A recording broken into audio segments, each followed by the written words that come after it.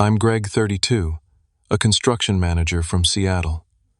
Life was going fine until I came home early from a business trip and found strange men working in my bedroom. My sister Sarah appeared flustered, saying, "We're doing some renovations before we move in." Something felt off, but I trusted her. Next morning I was jolted awake by loud knocking. Sarah's scream pierced the air. "Why is the police knocking on our door?" Before I tell you how my sister's renovation nearly sent me to prison, drop a comment letting me know where you're watching from. And don't forget to like and subscribe to hear more unbelievable true stories like mine. I've always been the responsible one. After graduating with my civil engineering degree from Washington State, I worked my way up to becoming a construction manager at Westlake Builders, one of Seattle's premier development firms. My life had a comfortable rhythm, overseeing projects, meeting deadlines, and enjoying weekend hikes in the Cascades. That steady rhythm was disrupted 8 months ago when I received the call that changed everything. My parents, returning from their anniversary dinner, never made it home.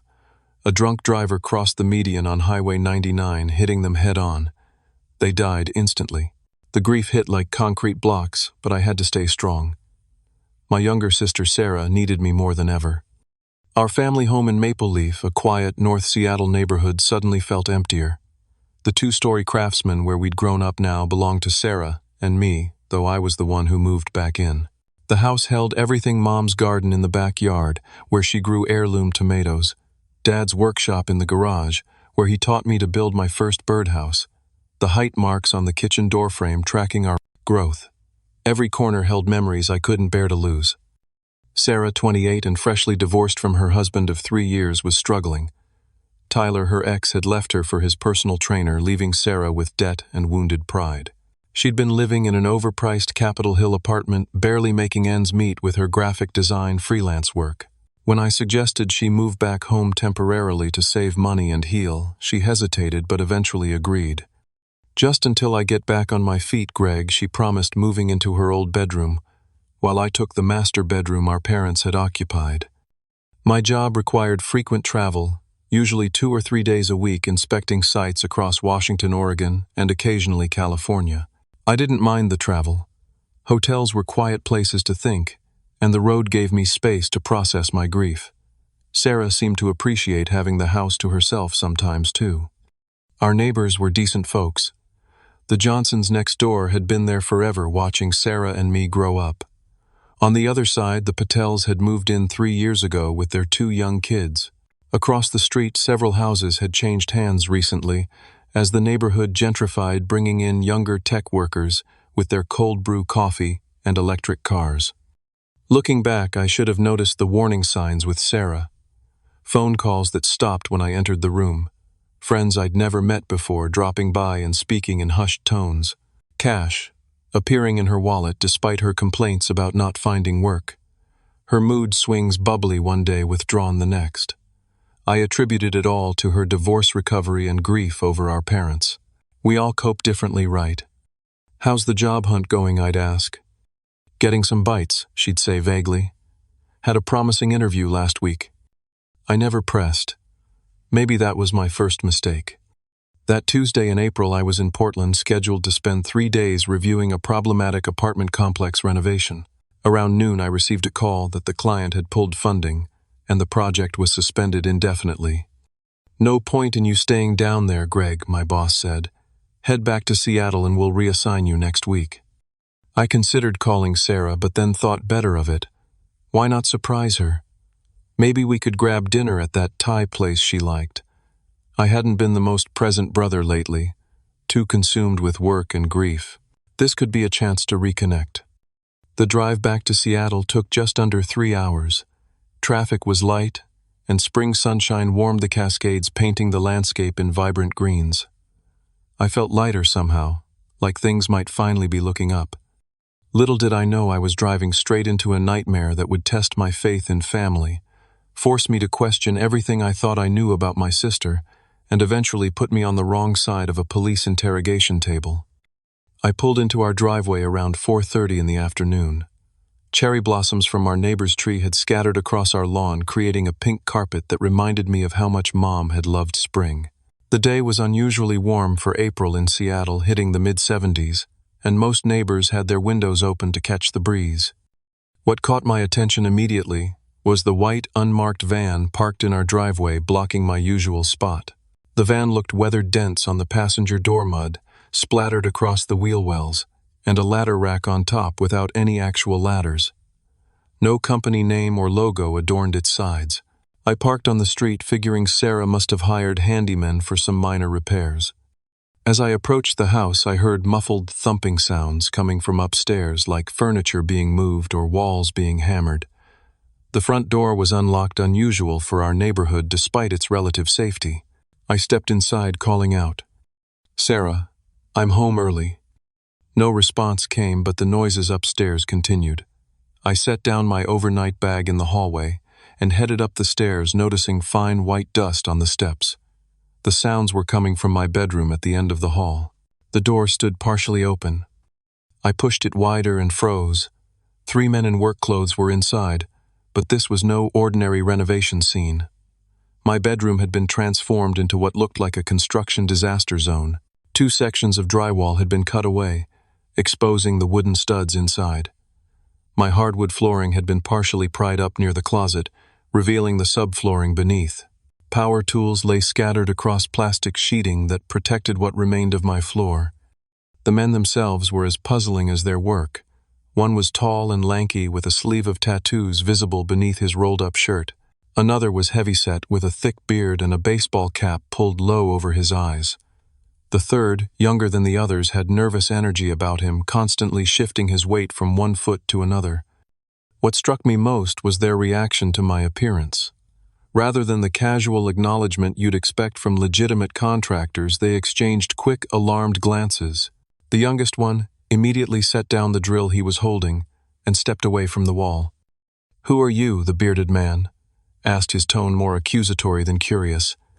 "I'm Greg. I live here. This is my bedroom," I replied, confusion giving way to suspicion. "Who are you guys?" None of them answered directly. The tattooed man mumbled something about being with the renovation crew but offered no company name or further explanation. None made eye contact for more than a split second. What they were doing didn't make sense either. Normal renovations follow patterns, removing all drywall in a section, not random squares. The tools scattered about included some that seemed out of place for basic room renovation. Precise measuring instruments, a thermal scanner, and what looked like specialized cutting tools for creating perfectly sized cavities. Before I could question them, further rapid footsteps sounded in the hallway, and Sarah appeared in the doorway, slightly out of breath. Her face registered shock before quickly transitioning to a smile that didn't quite reach her eyes. "Greg, you're home early." She glanced nervously at the workers, then back to me. "What a surprise." "What's going on here, Sarah?" I gestured to my demolished room. "Why are these guys tearing apart my bedroom?" Sarah's laugh sounded forced as she hooked her arm through mine, pulling me slightly away from the door. "It was supposed to be a surprise. We're doing some renovations before we move in." "Move in? Who's moving in? I already live here." "Marcus and I," she said, lowering her voice. "My boyfriend. I told you about him. Remember, we're getting pretty serious, and since you're always saying I should save money, we thought he could move in here. I was going to surprise you with a renovated master suite as a thank you for letting us stay." I had never heard of any Marcus. Sarah hadn't mentioned dating anyone, let alone someone serious enough to move into our family home. But before I could say this, she was already continuing her explanation words, tumbling out rapidly. "These guys are friends of Marcus from his construction job. They're doing it at cost for us. Isn't that amazing? They're putting in some custom shelving and fixing that water damage spot you mentioned." I had never mentioned water damage. Looking over Sarah's shoulder, I saw the 3 men hurriedly packing up their tools, moving with the urgency of people eager to escape. The bearded one whispered something to the youngest, who nodded, and began gathering loose materials into a black garbage bag. "We'll finish up another time," the tattooed man said to Sarah, not even acknowledging me. "Text Marcus about the materials we need." Within 5 minutes, they had cleared out, leaving behind the partly demolished room and a tension so thick it felt hard to breathe. The van's engine rumbled to life, and I watched from the window as it pulled away, noting they turned off their headlights, only after reaching the end of our street. Sarah showed me to the guest room, chattering about how I could stay there just for a few weeks until the renovation was complete. She avoided direct answers about when I had supposedly agreed to this arrangement or who exactly Marcus was. Her normal sarcasm and wit were replaced with nervous energy and two loud laughs. Later that evening, as I tried to settle into the unfamiliar guest room, I heard Sarah's hushed voice from the hallway. I moved closer to the door to listen. "They just left everything. No, he came home early. I don't know, some work thing. Of course I handled it. He doesn't suspect anything. Yes, tomorrow should work while he's at the office. No, Marcus. I'm not stupid." After she returned to her room, I waited 30 minutes before creeping back to my partially destroyed bedroom. Using my phone's flashlight, I examined the strange cuts in the walls more carefully. They weren't random or amateurish. They were precise and appeared to be creating hidden recesses within the walls themselves. In one partially open section, my light caught something reflective. Reaching carefully into the cavity, my fingers touched a small plastic package. I pulled it out, a tightly wrapped bundle covered in clear plastic. Inside was white powder. My stomach dropped.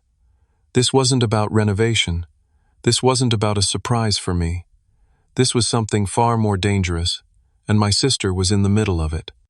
I returned to the guest room package, hidden in my pocket mind, racing with impossible questions. The sister I'd grown up with, protected and loved, couldn't be involved in drugs. There had to be an explanation. But as I sat on the edge of the unfamiliar bed, evidence literally in hand, the truth was becoming harder to deny. Sleep would not come easily that night.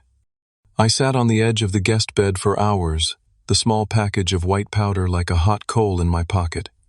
Every explanation my mind conjured collapsed under the weight of evidence. These weren't renovation workers. That wasn't drywall dust on the stairs. My sister wasn't surprising me with custom shelving. Sarah and I had always been close despite our 4-year age gap. When she was 14 and fell in with a party crowd, I was the one who picked her up from unsafe situations, no questions asked. When she experimented with marijuana and alcohol in high school, I covered for her with our parents, while simultaneously giving her lectures about making smarter choices. "You're such a hypocrite, Greg," she'd say, rolling her eyes. "Like you never partied in college." "That's different," I'd insist. I was older and I knew my limits. There was that weekend when she was 17 and disappeared for 2 days with her then boyfriend. Mom and Dad were frantic, but I was the one who found her at a friend's lake house coming down from ecstasy and terrified to come home. I brought her back, helped her sober up, and told our parents she'd lost her phone while camping. "I promise I'll never do anything that's stupid again," she'd sworn, hugging me tightly. Had I enabled her, created a pattern where Sarah knew I'd always clean up her messes? Our parents had made me promise on Sarah's 18th birthday to always look out for her. "She listens to you," Greg Dad had said, clapping me on the shoulder. "When we're gone someday, hopefully not for many decades, you'll need to be there for each other." Little did any of us know someday would come so soon. At 1 in the morning, unable to sleep, I searched online for home renovations, drugs, and fell into a rabbit hole of articles about homes being used as stash houses. I learned about trap houses where drugs are stored, about wall cavities used to hide contraband, about the telltale signs of distribution operations. Each article made my heart sink further, as details matched what I'd seen in my bedroom. When I heard the soft creak of Sarah's door opening at 2:15, I initially froze. Then curiosity overpowered caution. I slipped out of bed and crept to my door, opening it just enough to see Sarah heading downstairs in her robe. She wasn't headed to the kitchen for a midnight snack. She moved with purpose toward the back door. I followed at a distance, grateful for my knowledge of which floorboards creaked. Through the kitchen window, I watched as Sarah stepped into our backyard. The motion-activated security light illuminated her meeting with a man I'd never seen before, tall with a sleeve of tattoos visible even in the dim light. Not one of the workers from earlier, but similar in appearance and demeanor. Their conversation was partially audible through the slightly open kitchen window. "Had to abort today," Sarah was saying. "My brother showed up." "Marcus isn't happy," the man replied. "The merchandise needs to move by Friday. Customers are waiting." "I'll handle Greg," Sarah assured him. He's clueless. Always has been. The man handed Sarah a thick envelope that she quickly tucked into her robe pocket. 2,000 now, 3 more when the full shipment goes out, he said. Tell Marcus not to worry, Sarah responded. This is my family home. No one suspects anything. I retreated to the guest room before Sarah returned inside my mind, reeling. The sister I thought I knew was unrecognizable to me now. How long had this been going on? Was this why she'd been so eager to move back home? Not because she needed family support, but because she needed a base of operations. I sat in the dark, debating my options. I could confront her immediately, but what if these people were dangerous? What if confronting her put us both at risk? I could call the police, but the thought of turning in my own sister made me physically ill. She could go to prison. Our family home could be seized. But doing nothing wasn't an option either. Whatever was happening in my bedroom walls, whatever Sarah was involved in, it was serious and potentially dangerous. Drug dealers, real ones, not the harmless stereotype from movies, were coming to our family home, using her. I decided to confront Sarah in the morning. I'd approach calmly, give her a chance to explain, offer to help her get out of whatever mess she was in. Maybe it wasn't too late. Maybe this Marcus was manipulating her, taking advantage of her vulnerability after the divorce and our parents' death. I set my alarm for 7, hoping to catch her before she left the house. I rehearsed what I'd say, how I'd stay calm but firm. I'd remind her of our parents, of our family values, of all the opportunities still ahead of her if she made better choices now. Around 4 in the morning, exhaustion finally overpowered anxiety, and I drifted into uneasy sleep, filled with dreams of walls closing in, and my sister's face transforming into someone unrecognizable. The sound that jolted me awake wasn't my alarm. It was a heavy, authoritative pounding on our front door, followed immediately by my sister's panicked scream from downstairs. The digital clock on the nightstand read 6:32 when the pounding began. 3 sharp, official-sounding knocks that seemed to vibrate through the house's foundation. Then came Sarah's voice, higher and more frantic than I'd ever heard it. Why is the police knocking on our door? I bolted upright, adrenaline instantly clearing the fog of my brief sleep. I was still wearing yesterday's clothes, having never properly prepared for bed. The package I'd found was still in my pocket, evidence I was now effectively harboring. My feet hit the floor as I heard a deep voice from outside Seattle Police Department open the door. I rushed downstairs to find Sarah standing frozen in the living room, her face drained of color. She was fully dressed despite the early hour, wearing jeans and a sweatshirt as if she'd been preparing to go out. When she saw me, something flickered across her face, fear, calculation, then resolution. "Greg, what did you do?" she whispered, loud enough for me to hear, but not loud enough to carry outside. Before I could respond, the knocking came again, more insistent.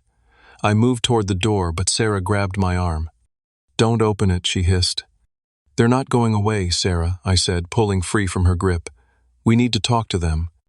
I opened the door to find 2 uniformed officers flanking a plainclothes detective on our porch.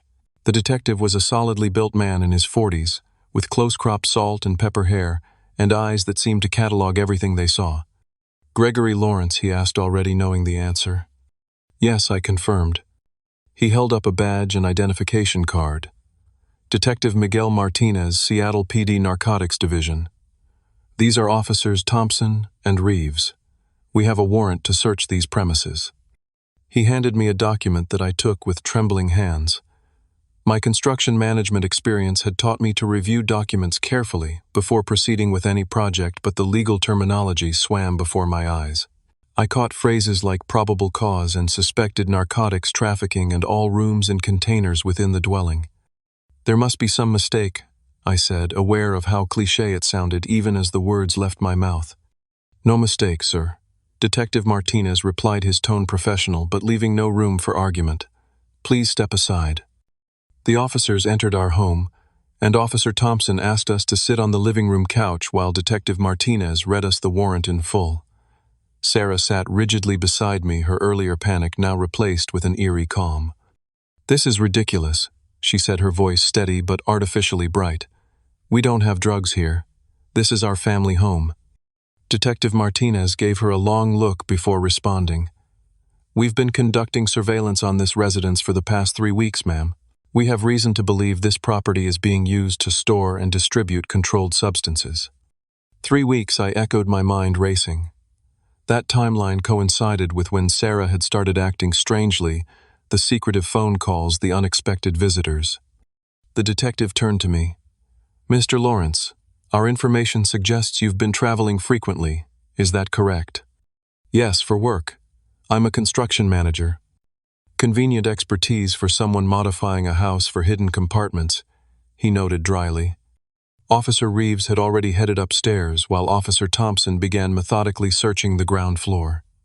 The sound of drawers opening, furniture being moved, and closet doors sliding filled the otherwise silent house.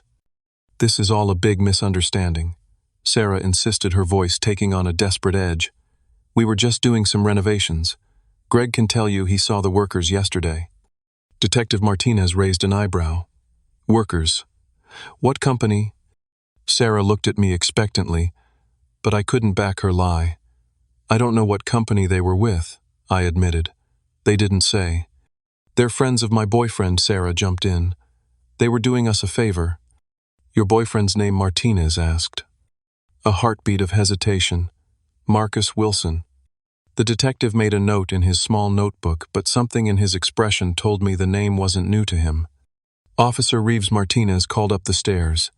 Check the master bedroom walls. Within minutes, the sound of discovery echoed through the house. Detective, you're going to want to see this, Officer Reeves called down. Martinez pointed at us. Stay here with Officer Thompson. Don't move.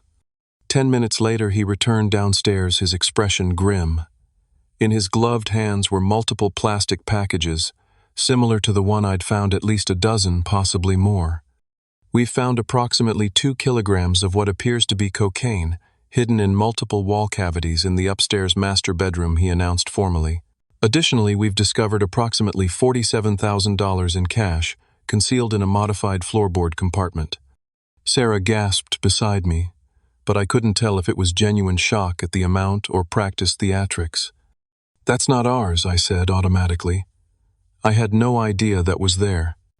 Is that right? Martinez studied me. Yet you own this house, correct? Property records show it was transferred to you and Sarah Lawrence after your parents' passing 8 months ago. Yes, but... And you work in construction with specific knowledge of how homes are built. Yes, but I didn't. And you were present yesterday when workers were modifying your bedroom walls. I felt the conversation slipping away from me, each fact connecting to create a picture of guilt despite my innocence. I just got home yesterday from a business trip, I explained desperately. I found those men in my room. I had no idea what they were really doing. Sarah suddenly shifted strategies. Greg's lying, she said, her voice quivering. This is his operation. It's his house. He moved me in here as cover. I turned to her in shock. Sarah, what are you doing? I'm telling the truth. Tears began streaming down her face. I was afraid to say anything. He said he'd blame everything on me if we ever got caught. Officer Thompson stepped forward as Detective Martinez nodded to him. Gregory Lawrence, Sarah Lawrence. You're both under arrest for possession of a controlled substance with intent to distribute a felony under Washington state law. The cold metal of handcuffs closed around my wrists as Martinez recited our Miranda rights. Through the living room window, I could see neighbors gathering on the sidewalk watching the spectacle unfold. The Johnsons, who had known us since we were children. The Patels with their young kids, wide-eyed at the drama. New neighbors whose names I didn't even know yet already, forming judgments that would follow our family name in local gossip for years to come. As we were led to separate police cruisers, Sarah caught my eye one last time. In that look was a complex mixture of emotions, guilt, fear, and something that looked like a plea. But a plea for what? Understanding, forgiveness. Or was she silently begging me to take the fall for her? The police car door closed behind me with a thud of finality, and I watched my childhood home recede in the rear window, yellow crime scene tape already being strung across our front porch. The interrogation room at the Seattle Police Department's North Precinct was exactly as depressing as crime shows depicted: windowless cinder block walls, painted an institutional beige, a metal table bolted to the floor, uncomfortable. chairs, and a two-way mirror that didn't pretend to be anything else. The clock on the wall read 9:47, but it felt like days had passed since the morning raid. My handcuffs had been removed, but the red marks around my wrists remained a physical reminder of how quickly life can change. I'd been given a cup of water that sat untouched, condensation forming a ring on the metal table. When Detective Martinez entered, he carried a thick folder that he placed deliberately between us. He didn't speak immediately, a classic interrogation technique I recognized from television but was still powerless against. The silence stretched until anxiety compelled me to fill it. "I had nothing to do with those drugs," I said, my voice sounding foreign to my own ears. "I swear I didn't know." Martinez leaned back, studying me. "That's a common statement in this room, Mr. Lawrence. Rarely true, but common. In my case, it is true. I'm a construction manager, not a drug dealer. Those aren't mutually exclusive occupations." He opened the folder and began laying out photographs on the table. These were taken over the past 3 weeks. The surveillance photos showed my house from various angles. Sarah greeting different men at the door, the white van parked in our driveway on multiple occasions, close-ups of packages being carried inside. "Note the dates," Martinez said, tapping several photos. "March 23rd, March 27th, April 2nd, April 8th. All days your company confirms you were traveling for work." My heart sank. The operation had been running right under my nose, using my frequent absences as cover. "I didn't know I repeated more weekly this time.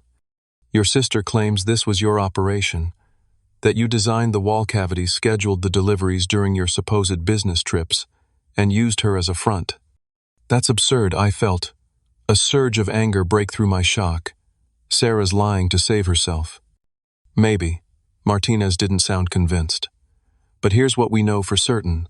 The modifications to those walls were professionally done, not amateur work.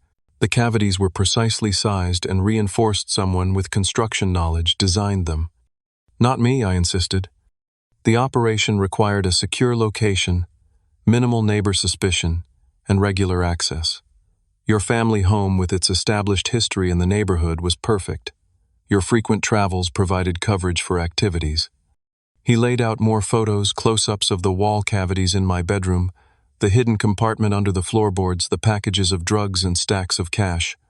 2 kilograms of cocaine, $47,000 in cash, and a distribution network tied to Marcus Wilson, a mid-level dealer we've been tracking for months. Martinez's eyes never left my face. "That's serious time, Mr. Lawrence. Federal charges, asset forfeiture including your family home." The mention of losing our parents' house hit me like a physical blow. "I can't lose that house," I said quietly. "It's all we have left of them." Something in Martinez's expression shifted slightly. "Tell me about yesterday," he said. "When you arrived home unexpectedly." I recounted everything: the van, the workers, Sarah's surprise and explanation, the overheard midnight conversation finding the package in the wall. As I spoke, I reached slowly into my pocket. "I found this," I said, placing the small package on the table. "I was going to confront Sarah this morning, but then you arrived." Martinez looked at the package, but didn't touch it. "Why didn't you call the police immediately upon finding this?" "She's my sister," I said simply. "After our parents died, we're all each other has left. I thought I could talk to her, help her get out of whatever mess she was in." He nodded slowly. "Family loyalty is powerful, sometimes destructive." For the next hour, I answered questions about my job, my travel schedule, my knowledge of construction techniques, my relationship with Sarah. I provided names of coworkers who could verify my whereabouts during business trips, clients I'd met with, hotels where I'd stayed. "Your sister is in another room right now," Martinez eventually said. "She's telling quite a different story. Says you masterminded everything but kept your hands clean by being absent during deliveries. Says you threatened to blame her if anything went wrong. The betrayal stung worse than the handcuffs had." "She's lying," I said flatly. "Check my bank accounts. Check my phone records. You won't find connections to drug dealers or unexplained deposits." "We're doing that," Martinez assured me. "Financial forensics takes time." "What about Marcus Wilson? Have you arrested him?" "We're pursuing all leads." The non-answer told me They hadn't caught him yet. A knock at the door interrupted us. Officer Thompson entered and whispered something to Martinez, who nodded and stood up. "Wait here," he instructed, though where he thought I might go in a locked interrogation room, I wasn't sure. Left alone, I tried to process how thoroughly my life had imploded in less than 24 hours. My career might be over. What construction firm would hire a manager with drug charges? Our family home could be seized by the government. My sister, the person I'd promised to protect, had tried to frame me for her crimes. When Martinez returned 30 minutes later, his demeanor had subtly changed. "Your company has confirmed your whereabouts during the dates in question," he said. "Hotel keycard logs, client meeting records, gas receipts, all placing you out of Seattle when the deliveries occurred." Relief flooded through me, but it was short-lived. "That doesn't completely clear you," he continued. "You could have coordinated remotely, but it does contradict your sister's timeline." "What did Sarah say when you confronted her with that?" "She modified her story. Now claims you set everything up but left her to handle the day-to-day operations. Says this: Marcus's threatened her if she didn't cooperate. So she was throwing this Marcus under the bus, too. Have you verified Marcus Wilson exists?" "We know who he is," Martinez confirmed. "Mid-level dealer, operates primarily in the North Seattle area. Been on our radar for about a year." "Then you know I'm not him." "No one suggested you were. The question is your level of involvement in his operation." The interrogation continued for another hour. My phone records showed no contact with known dealers. My bank accounts revealed no unexplained deposits, just my regular salary and the modest inheritance from my parents, most of which had gone to paying off the remainder of their mortgage. Finally, the door opened again, and a woman in a sharp charcoal suit entered. "This interview is over," she announced. "I'm Jennifer Takahashi, Mr. Lawrence's attorney." "I didn't call an attorney," I said, confused. "Your company did," she explained briefly. "Westlake Builders has retained me on your behalf." She turned to Martinez. "Unless you're formally charging my client, he's leaving with me now." Martinez gathered his photos unhurriedly. "We're not charging him at this time. But don't leave town, Mr. Lawrence. This investigation is ongoing." Jennifer efficiently gathered me and my few possessions, leading me through the station to the processing desk, where I signed for my wallet, keys, and phone. "What about Sarah?" I asked, as we prepared to leave. "Your sister, Jennifer said carefully, is still being processed. She's made several contradictory statements, but ultimately admitted to allowing Marcus Wilson to use your home as a storage location in exchange for money. She's being charged with possession with intent to distribute." The weight of it all suddenly hit me, and I leaned against the wall for support. "Can I see her?" Jennifer checked her watch. "They're transferring her to King County Jail within the hour. Better to set up a proper visit tomorrow." As we stepped outside the precinct, the spring sunshine felt surreal after hours in the windowless interrogation room. I was free, at least temporarily, but the nightmare was far from over. "What happens now?" I asked Jennifer. "Now," she said, guiding me toward her car, "we prepare your defense. And hope your sister doesn't dig herself or you into a deeper hole." The yellow crime scene tape wrapped around our front porch posts fluttered in the breeze, an unsubtle announcement to the entire neighborhood that something had gone terribly wrong in the Lawrence family home. I stood on the sidewalk 2 days after the arrest, Jennifer Takahashi beside me, as we waited for the police department's evidence team to finish their final sweep. "Once they remove the tape, you can go back in," she explained. "But be prepared, they've likely left a mess." "I can't stay there anyway," I said. "Not right now." I'd spent the past 48 hours in a downtown hotel paid for by Westlake Builders. My boss, Alan Sherman, had been surprisingly supportive after his initial shock. "The company stands behind you, Greg," he'd said during our brief meeting the previous day. "We know your character. Just keep us updated on the legal situation." What he didn't say, but we both understood, was that this support had limits. If charges were formally filed, if this became a public relations issue, Westlake would distance themselves quickly. Detective Martinez approached from the house, nodding to us as he removed his latex gloves. "We're wrapping up, Mr. Lawrence. You can return to your property within the hour." "Any more surprises I should know about?" I asked. "No additional contraband was found," he confirmed. but we've thoroughly documented the modifications to the walls and floors. Don't attempt any repairs or renovations without notifying our department first. What about my sister? Is she still in jail? Martinez's expression remained professional. Miss Lawrence had her arraignment this morning. Bail was set at $100,000, an amount she couldn't possibly afford, an amount I wasn't sure I wanted to pay given her betrayal. She provided substantial information about Marcus Wilson's operation, Martinez continued. The district attorney is considering a cooperation agreement in exchange for reduced charges. She's turning state's evidence Jennifer translated for me. Marcus Wilson was arrested last night during an arranged buy, Martinez added. Your sister's information was helpful in making that happen. At least Sarah had done one thing right, helping remove a drug dealer from the streets. But it didn't erase her actions or her attempt to frame me. Once the police departed and the crime scene tape came down, Jennifer and I entered the house. The detective hadn't exaggerated about the mess. Drawers had been emptied onto floors, furniture moved, pictures removed from walls, even air vents unscrewed and left hanging. My bedroom was the worst: sections of drywall, completely removed floorboards, pried up insulation pulled from cavities. It's going to take weeks to repair, I said, surveying the damage. Document everything, Jennifer advised. Take photos.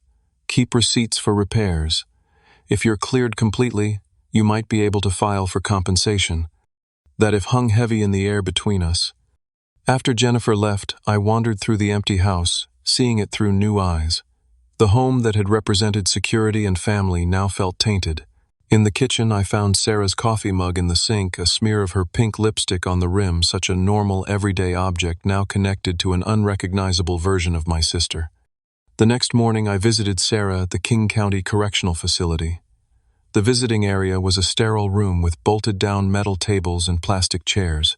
Sarah entered wearing an orange jumpsuit, her normally styled hair pulled back in a simple ponytail, her face devoid of makeup. She looked simultaneously younger and older than her 28 years. You came, she said, genuine surprise in her voice as she sat across from me.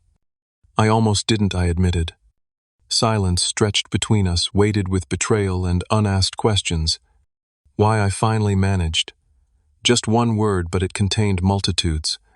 Sarah's eyes dropped to the table. It wasn't supposed to happen like this. How is it supposed to happen? You turn our family home into a drug warehouse and then, what? Live happily ever after with your dealer boyfriend. Marcus wasn't just a dealer, she defended weakly. He has bigger plans. Investments. Oh, I'm sure, I scoffed. All drug dealers say that. You don't understand how bad things got after my divorce, she continued. Tyler left me with nothing, Greg. My design work barely covered rent. When Mom and Dad died and you offered to let me move home, I was desperate. So you decided to repay me by turning our house into a trap house. I met Marcus at a bar. He was charming, seemed successful. When I learned what he really did, it was too late. I was already involved. You could have come to me, I said, my voice breaking slightly. I would have helped you. With what another lecture about responsibility, I needed money, not advice. So you risked our family home. Everything Mom and Dad worked for. Sarah's eyes welled with tears. I never thought we'd get caught. Marcus had been doing this for years. And you tried to blame me. The anger I'd been suppressing finally erupted. You told the police I masterminded everything. Her face crumpled. I panicked. I was scared, Greg. Prison terrifies me. And you thought I'd be better equipped to handle it. That I deserved it more than you. No, I wasn't thinking clearly. I studied my sister, this person I'd grown up with, shared secrets with, promised our parents I'd protect. She seemed simultaneously familiar and a complete stranger. The police said you helped them catch Marcus, I said. She nodded, wiping tears with her sleeve. They offered me a deal. If I testified against him, helped them understand his operation, they'd reduce my charges. How reduced? Possibly 3 years instead of 10. Maybe parole after 18 months with good behavior. The reality of our new normal hit me. My sister would go to prison. Our family had imploded. The home that should have been our sanctuary was now evidence in a drug trafficking case. "What about the house?" Sarah asked quietly. "What about it? It's a crime scene. Half my bedroom is missing. I'm staying at a hotel because I can't bear to sleep there. Are they going to take it? Asset forfeiture?" Of course she'd be worried about that. "Jennifer says there's a good chance we can keep it since I've been cleared of involvement. But honestly, Sarah, I don't know if I want to keep it anymore. Every corner of that house now reminds me of your betrayal." Fresh tears spilled down her cheeks. "I'm sorry, Greg. I know that doesn't fix anything, but I am. I was desperate and stupid and scared. I wanted to stay angry. Needed to even. But beneath my fury was the undeniable fact that this was still my little sister, the same girl who'd crawled into my bed during thunderstorms as a child, who'd cried on my shoulder after her first heartbreak, who'd stood beside me at our parents' funeral clutching my hand like a lifeline. "Your lawyer says the preliminary hearing is next month," I said, shifting topics. "I'll be there." Hope flickered across her face. "You will." "I'm not abandoning you, Sarah. I'm furious with you. I don't trust you. But I'm not abandoning you." When our visiting time ended, I watched guards escort her back to the holding area. Walking out of the jail into sunshine felt wrong somehow, a freedom I was grateful for, but that highlighted the consequences my sister now faced. Over the next weeks, I slowly began putting our lives back together. I returned to work grateful for projects that required travel, taking me away from Seattle and the whispers that followed me there.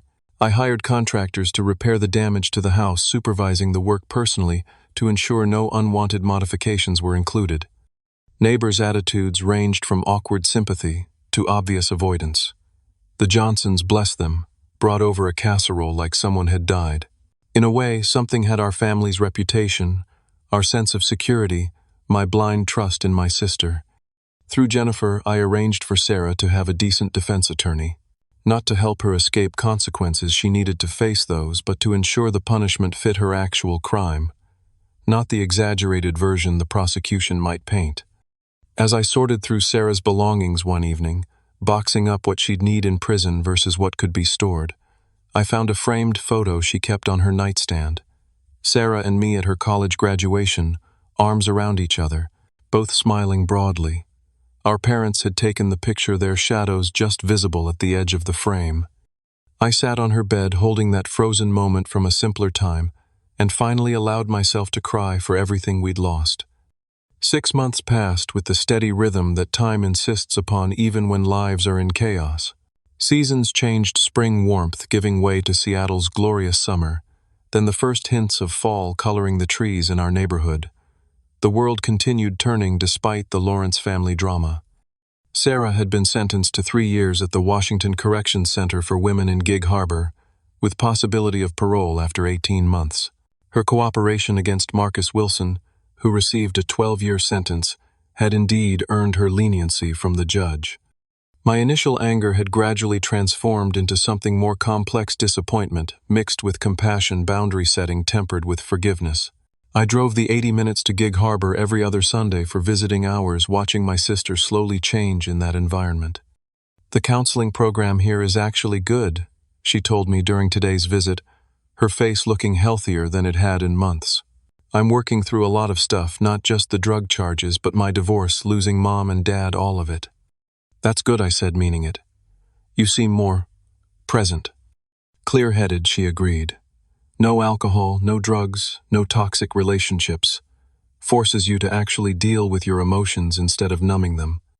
The irony wasn't lost on either of us that prison had provided the structure and support Sarah needed to heal. Sometimes rock bottom has a foundation you can rebuild upon. Our family home had been fully repaired. The walls rebuilt, floors, replaced, fresh paint, covering any reminder of its brief history as a stash house.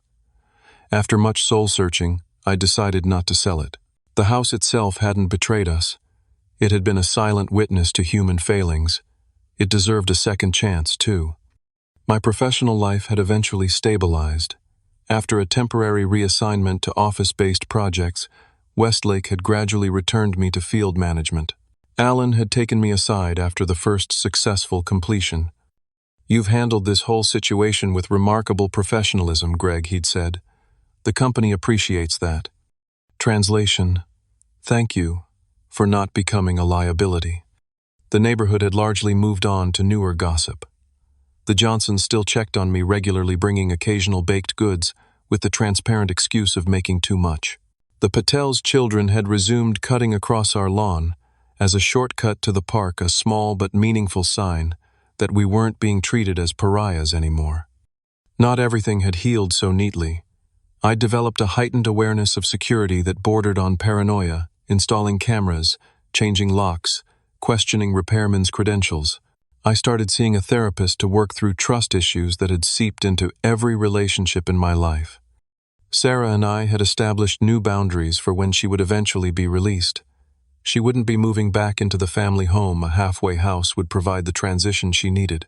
I would support her emotionally and help her find legitimate work, but financial support would come with verification and transparency.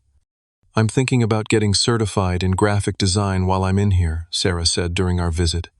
"They have some basic courses, not great computers, but enough to learn fundamentals."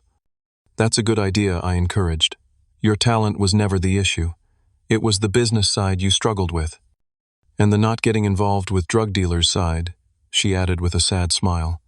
"Pretty big struggle there." After visiting hours ended, I drove to Evergreen Cemetery where our parents were buried. It had become a ritual after my prison visits, updating them in my mind about Sarah's progress, seeking guidance they could no longer provide directly. Standing before their shared headstone, I reflected on what they would make of everything that had happened. "I kept my promise," I said, aloud to their marker. "Not perfectly, but I didn't abandon her. I'm still looking out for Sarah, just in ways I never imagined I'd need to." The past 6 months had taught me lessons I never wanted to learn, but now couldn't unlearn. That blind trust, even in family, can be dangerous. That love doesn't require naivety. That helping sometimes means setting hard boundaries. That forgiveness doesn't erase consequences but can walk alongside them. My phone buzzed with a text from Jennifer. The final paperwork officially clearing me of all potential charges had been filed. The case against me was formally closed, a chapter ending if not the entire story. Driving home, I noticed new for sale signs in the neighborhood, new families moving in just as others moved out. Life continuing its cycles of renewal and change. Our family had been broken but was slowly reforming into something different. Not what our parents had envisioned for us, certainly, but something that might eventually be whole in its own way. The future remained uncertain. Sarah would need to rebuild her life after prison, a challenge in a society that rarely offers second chances to former inmates. I would need to continue balancing support with self-protection, compassion with caution. As I turned onto our street, the setting sun cast long shadows across the repaired and repainted porch of our family home. From the outside, no one would ever know what had happened within those walls. But I knew. Sarah knew. And we were both changed by that knowledge. Love doesn't require blindness. Sometimes the truest form of love is seeing clearly and choosing to stay anyway, but with your eyes wide open. Has your trust ever been betrayed by someone close to you? How did you handle forgiveness while still protecting yourself? Share your stories in the comments below. If this story resonated with you, please give it a thumbs up and subscribe to hear more real-life experiences about family betrayal and the complicated path to healing. Thank you for listening to my journey.